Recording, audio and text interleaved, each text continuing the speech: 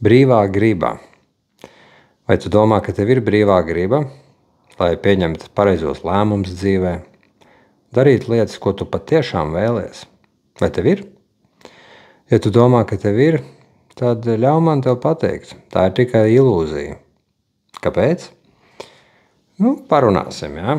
Tagad es iedošu pāris piemērus no manas dzīves un tā pašcitināsim, ja? Vaļā visu to. Pirms es sāku terapiju, man bija regulāri dusmu uzliesmojumi, konflikti ar kolēģiem, tādi nekontrolējami. Un arī ar pilnīgiem svešniekiem dažreiz. Un dažas tās situācijas bija tiešām šausmīgas. Es iegāju tādā nekontrolētā vienkārši dusmu lēkmē, kur es sevi nekontrolēju vispār. Es draudēju cilvēkam, ja? Pilnīgam svešiniekam, piemēram, ja? Un pēc tam es jūtu nežēlīgu vainu un nožēlu un vispār domāju, kāpēc es vispār nevarēju sevi kontrolēt? Es varēju izvēlēties tur pastāvēt pa sevi vai tam līdzīgi, ja, tādā normālā, veselīgā veidā, bet es nevarēju sevi kontrolēt. Un vēl viens piemērs. Ir bijuši vairāk periodi manā dzīvē, ka es vienkārši esmu vispār totāli nemotivēts kaut ko darīt. Es zinu tās lietas, kas man ir jādara, man tur ir plāns un viss, bet es vienkārši vaļājos gultā, skatos filmas un nedaru neko no tā, ko vajag darīt. Vai arī tur pārēšanās.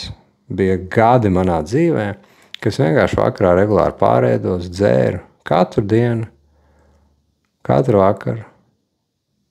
Vienkārši stūrēju, rokas paši stūrēja mašīnu uz veikalu un atkal alkohols. Un tad, ja man bija tā brīvā griba, ja, tad kur tad tas viss palika? Es taču zināju ar sirdi un ar prātu, es sapratu, ka es daru pilnīgi šķīvi visās tajās situācijās un, protams, lērums visādās citās. Ja jau mums ir tā brīvā griba, kur tad tur viss tas izšķib, ja? Kas tad traucē izdarīt tās lietas, ko mēs patiešām ar sirdi gribam, bet beigās nospļaujamies un, vai ne pa spīt visam darīšot, vai ne? Tāpat kā vienmēr. Kas tad mūsos ir tas, kas liek to darīt? Ja mēs tā padomājam, vai ne, tad mēs saprotam, ka ir kaut kas te, kas to spiež.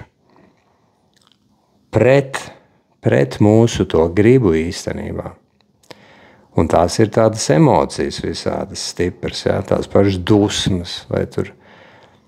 Tas dusmas, protams, ir visvieglāk identificēt, vai ne, ka tu esi nikns un tu burtiski, vai ne, esi gatavs, nezinu, ko izdarīt, tad, protams, to var viegli saprast. Bet ir vēl visādi buķeti ar tur sajūtām iekšā, ko ir pat dažreiz grūti atšķetināt. Tur nevar īsti saprast, vai ne, piemēram, tu esi attiecībās, ja man arī ir bijušas attiecības, kurās es skaidri redzu, ka es nevēlos būt. Bet es vienkārši tur esmu. Es nevaru pateikt otram, nē. Kāpēc? Kas tas ir manī? Kas nevar liek būt tādās attiecībās? Liek būt tādā stāvoklī, ka es nevaru pateikt, nē. Kas tad tas ir manī? Vai ne? Kā vispār saprast to sajūtu? Lūk, man kā trenētam hipnokaučam ir vesels arsenāls ar visādiem veidiem, kā var atrisināt šādas emocijas. Saprast, apzināties un paņemt to brīvo gribu atpakaļ.